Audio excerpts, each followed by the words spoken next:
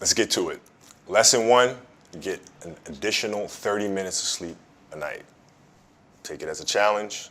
Try to find that space, quiet your mind, and get your 30 minutes of sleep. And you'll see it makes a really, really big difference. My sleep habits were horrendous, to say the least. I mean, I've always had a hard time sleeping. You know, I couldn't figure out how to shut my brain off. So what made the light bulb come on is that I went out there and played a game, and I played like crap. And I was like, why am I playing like crap? Because I've been practicing these same moves over and over and over.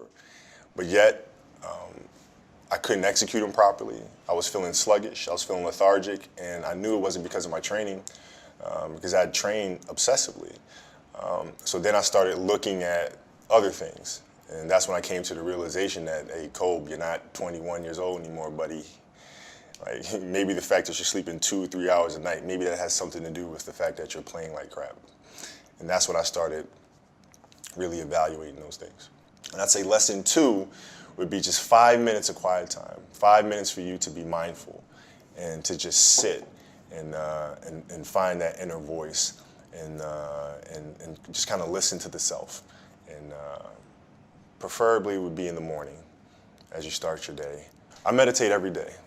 And I do it in the mornings, and I do it for about 10 to 15 minutes. And I think it's important because it sets me up for the rest of the day. You know, it helps me. It's like having an anchor. You know, if I don't do it, I feel like I'm constantly chasing the day, as opposed to being able to be controlled and dictate the day. Not that you're, calling the shots on what comes forward, but the fact that I am set and ready for whatever may come my way. You know, I have a calmness about whatever comes my way and a poise. And that comes from starting the morning off with meditation. For me, it's really just listening to my inner self. I mean, that's basically it. Like you sit in silence and you just allow these thoughts to come forward, and you get a chance to observe the self and things that may be lying beneath the surface that if you don't have that time to sit quietly on your own, you'll never pay attention to. Because if you think about it, the reality is we're paying attention to so many things that are going on around us. We're constantly taking selfies, we're constantly taking pictures to post on Instagram and all these other things, and we're constantly observing everything that's around us, but we don't take the time to really observe what's going on inside of ourselves. And that's what meditation is for me. In 2000, we had a new head coach that came to the Los Angeles Lakers by the name of Phil Jackson. And Phil was just coming off of winning 6 championships with the Bulls. And he was really big on mindfulness and really big on meditation. And it wasn't an option for us. So we'd sit in our film room, and he'd turn the lights out, and we would meditate as a group. And he'd teach us mindfulness. And it really connected with me because he was teaching mindfulness through something that I was extremely passionate about, which was the game of basketball. So it was told through the lens of, this is going to help you here.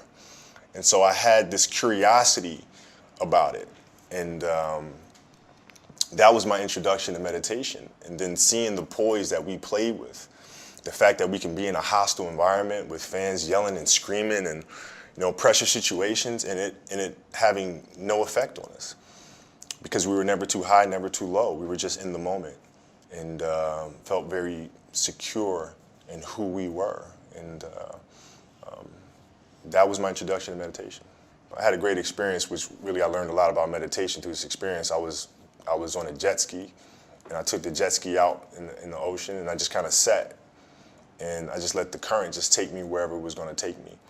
And I really saw a lot of meditation through that moment, because I wasn't trying to control the moment. I wasn't trying to force myself upon the waves and dictate where I was going to go. I just let the waves take me there. And there was a lot of peacefulness involved in that.